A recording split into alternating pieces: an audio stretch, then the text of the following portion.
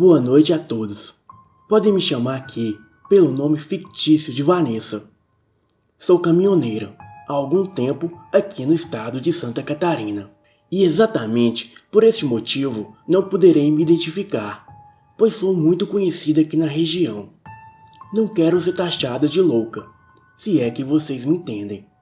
Bem, pelo menos aqui no canal, eu sei que a minha história vai ser bem respeitada pela maioria de vocês.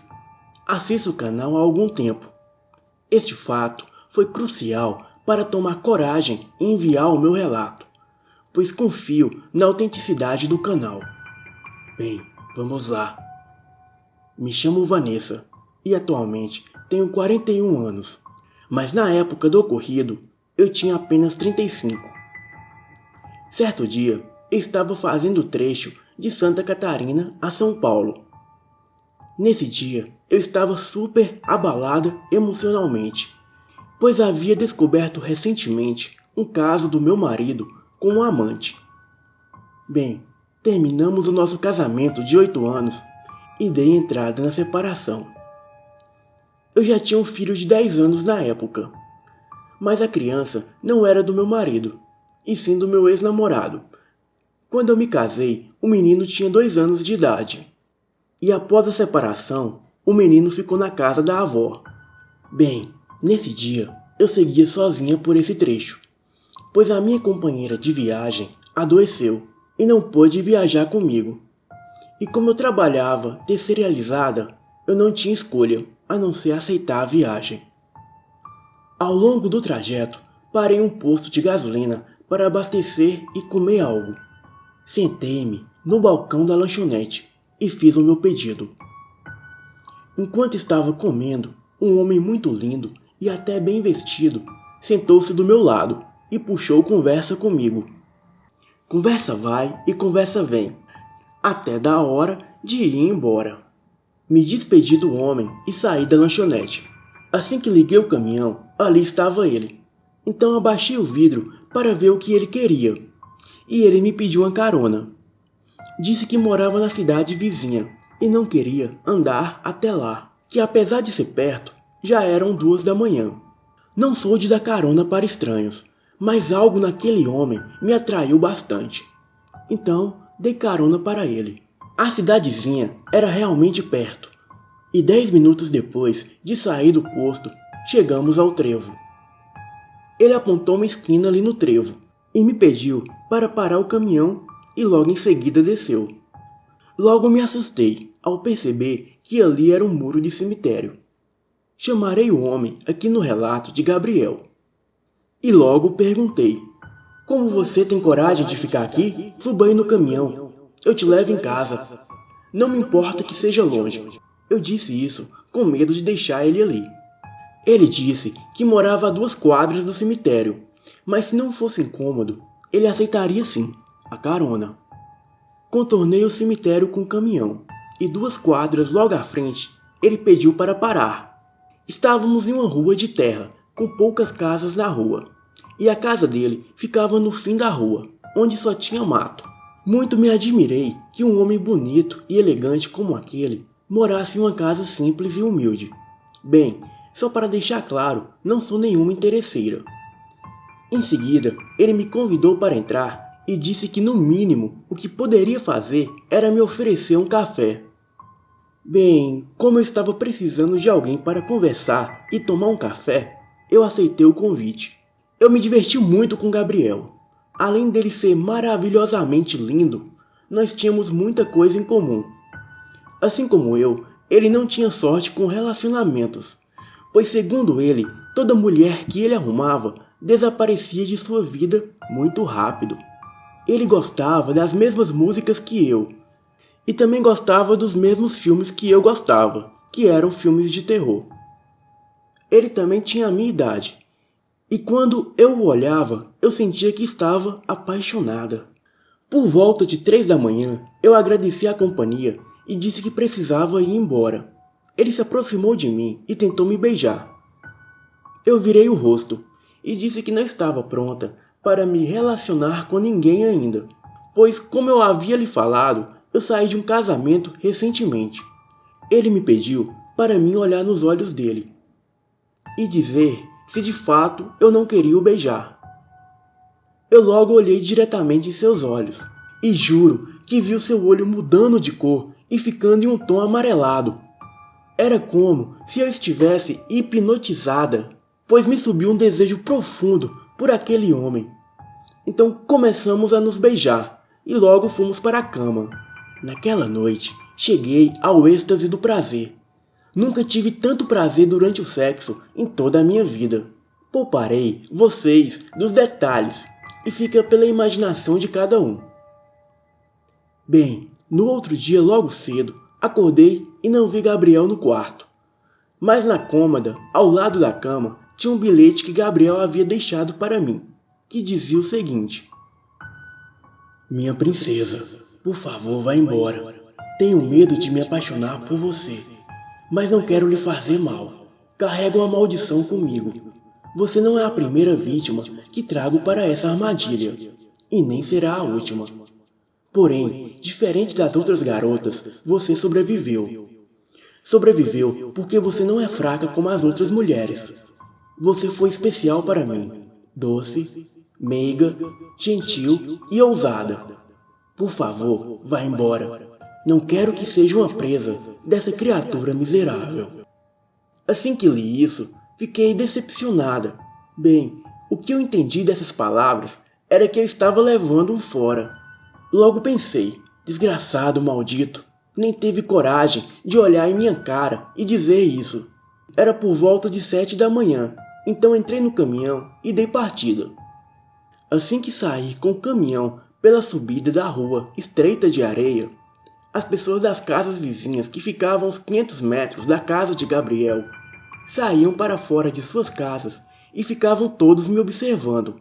A única coisa que pensei foi: essas pessoas devem estar olhando o caminhão e pensando: como eu entrei com o caminhão nessa rua que só tem barro? Bem, deveria ser isso. Mas não dei muita importância, pois estava muito chateado com Gabriel. Saí daquele lugar e continuei o meu trajeto para São Paulo. E depois de 3 dias, retornei por aquele mesmo trecho.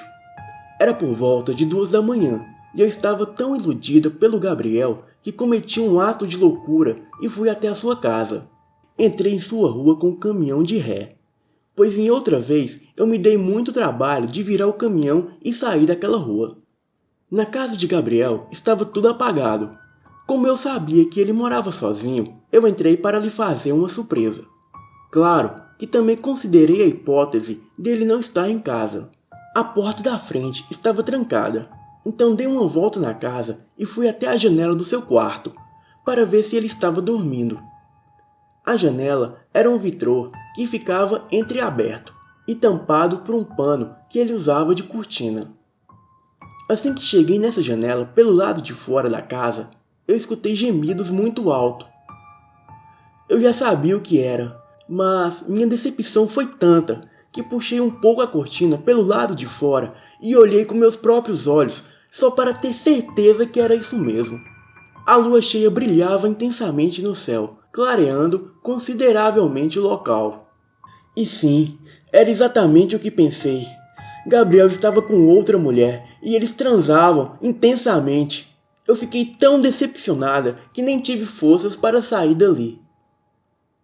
Logo sentei no chão e comecei a chorar. Me senti um lixo. Nunca tive sorte no amor. E realmente, homens não prestam. Estava reunindo forças para ir embora dali, quando de repente escuto a mulher gritando desesperadamente.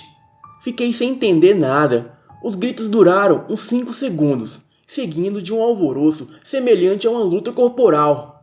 Em seguida, ouvi um estalo bem alto, como se quebrasse um cabo de vassoura ao meio, e os gritos pararam de repente.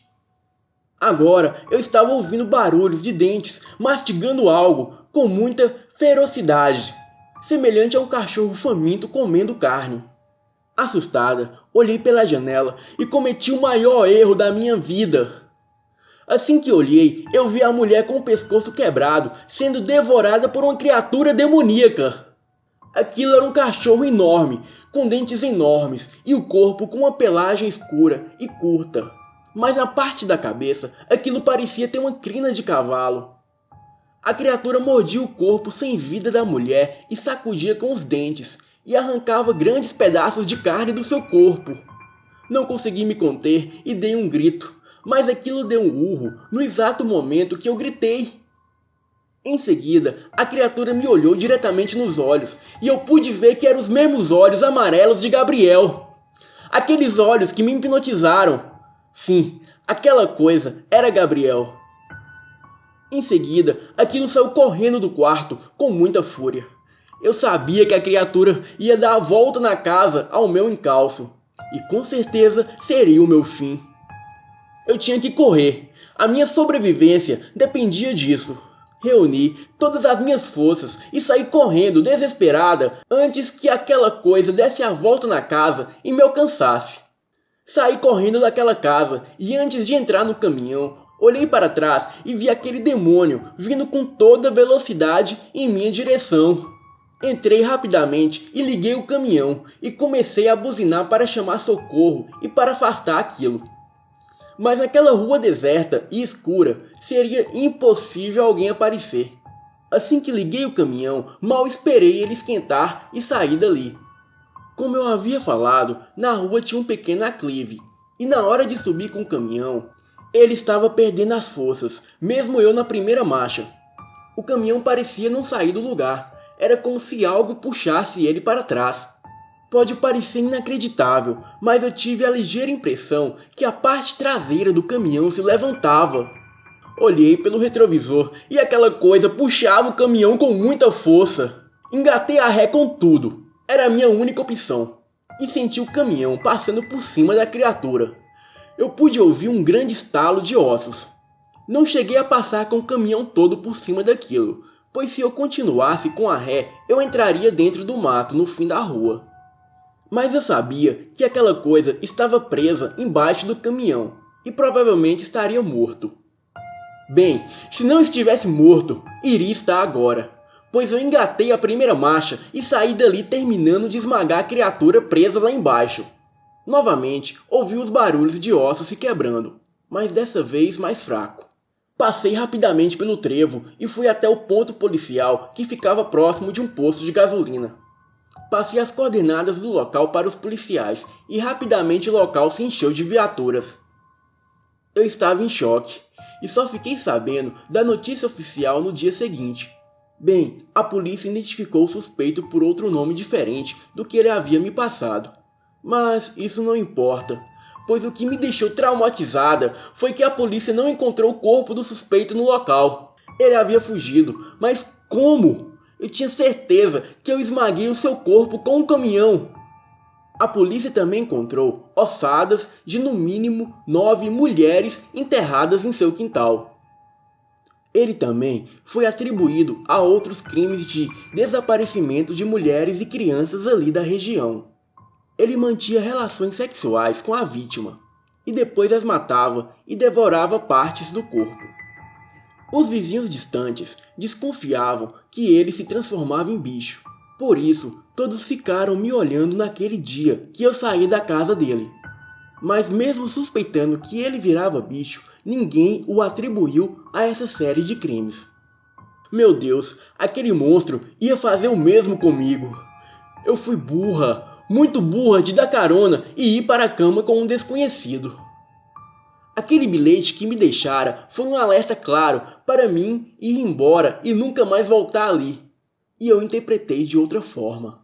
Parece surreal tudo isso, mas até hoje eu faço tratamento com psiquiatra.